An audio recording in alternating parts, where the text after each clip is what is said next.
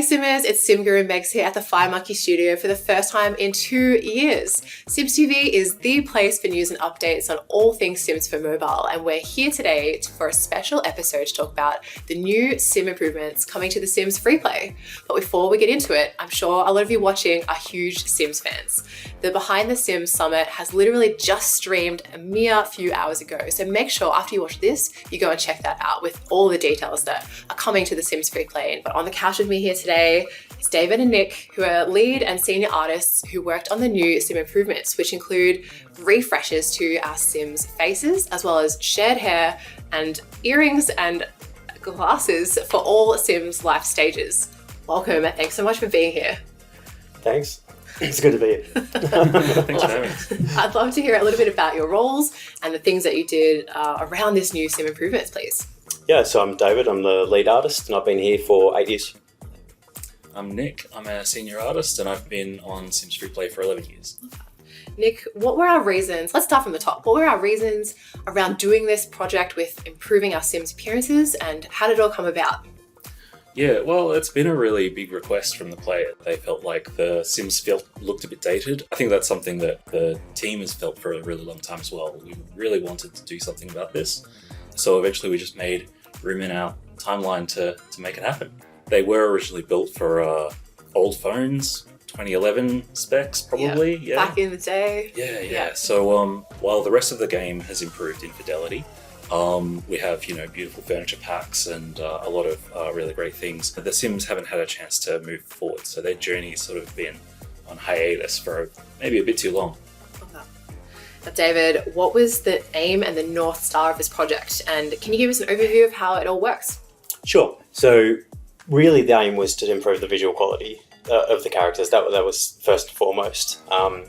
When we started 10 years ago now, we were referencing Sims 3. Subsequently Sims 4 has come out, so we looked at Sims 4 and how their characters looked and how we could improve ours to not necessarily match but be a closer experience for people who were playing both games. Mm-hmm.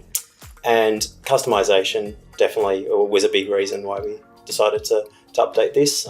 And in terms of surfacing, this will just be a free update that will be available to anyone when they update the game. Love that. So it's automatically applied to all Sims and it's free and permanently staying that way. Absolutely. Cool. Are the old faces going to be available anymore? No, they're not. Gotcha. So one of the aims also was to make sure that we improve the characters but keep it your character.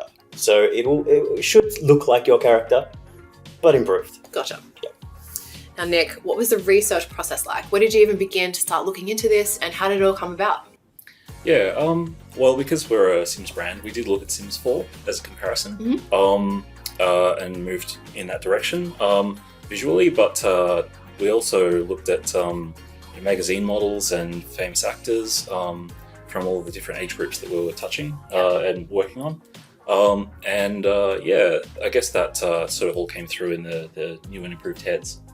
What kind of things did you learn along the way doing your research? Was there anything that really fascinated you around what you were learning? Because obviously we've got a lot of furniture and outfits in the game, but touching on faces for the first time in a really long time would be like uncharted territory. Yeah, definitely. As games artists, we sometimes do characters. It's a bit fun, but it's been a long time for me personally to. So I was pulling out the old anatomy books and comparing with what I see in photos of real faces, and yeah, that was really great. It was a fun experience to get into the foundations of faces and bring something forward that had a greater fidelity. And we had the freedom to do that by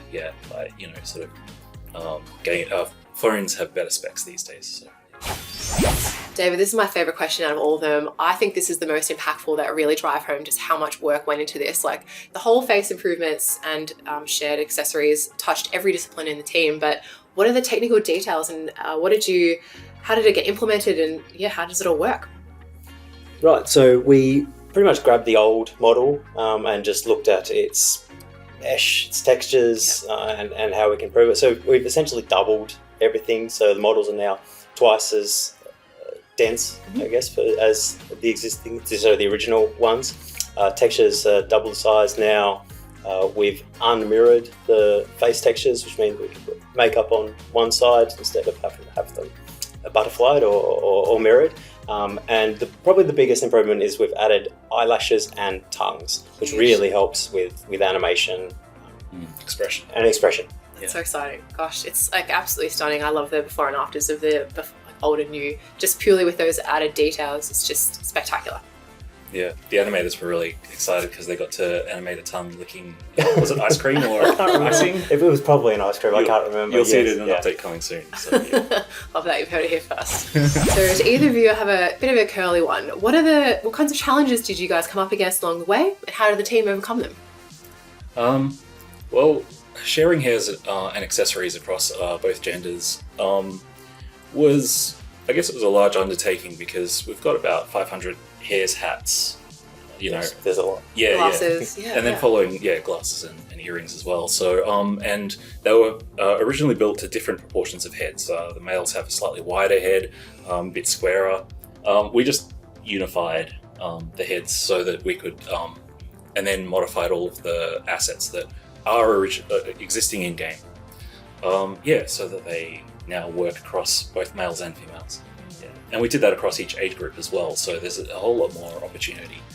Which is great, but yes, it was a challenge. It took time to chip away. Yeah. Technically, it's a lot of work to go back and retrofit the 500 odd hairs and accessories that needed to be done. Exactly.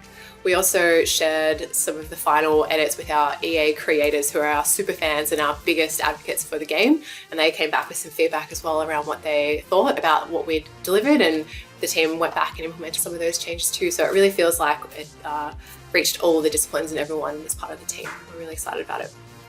But I guess my next question, what's your favorite change out of all of them, and like out of the new improvements, and why? And what's your favorite life stage, like the before and after the dramatic change? So my favorite is the adults. I think it's the one we paid the most attention to because it's the one the players use most.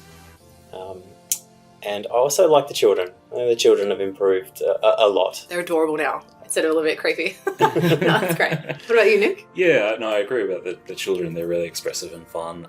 They're quite like the elders. It's a bit of a special one. Yeah. Bit more charming. Yeah, they are quite charming. Yeah, it's really nice to sort of see a granny grin. Yeah, they're just got such a nice kind of rich smile, especially. Yeah. So David, we mentioned just a little bit earlier about the shared hair, glasses and earrings. Can you talk a little bit about how that came to life, and was it part of the discovery of the new faces that you thought, we can actually do this? Like, what was the point of doing all this as well? Actually, funnily enough, it was probably the first thing that we were investigating when we started this journey. Okay. One of the really big things we wanted to do was to allow players to use whatever hairstyle they want. Yeah. There's no reason to limit a male hairstyle to a male character and a female hairstyle to a female character, and players should be able to express themselves however they feel. So that is a wrap for our episode of SimsTV today. Thank you so much for being here to walk us through the really impressive improvements to our Sims appearances that's available right now in your game. Tell us what you guys think on our social media channels. We'd love to hear if you love it and what you'd like to see in the future. The game team are really passionate about continuing our efforts in diversity and inclusion, so stay tuned for all the new things we'll be delivering in future updates. Thanks for watching.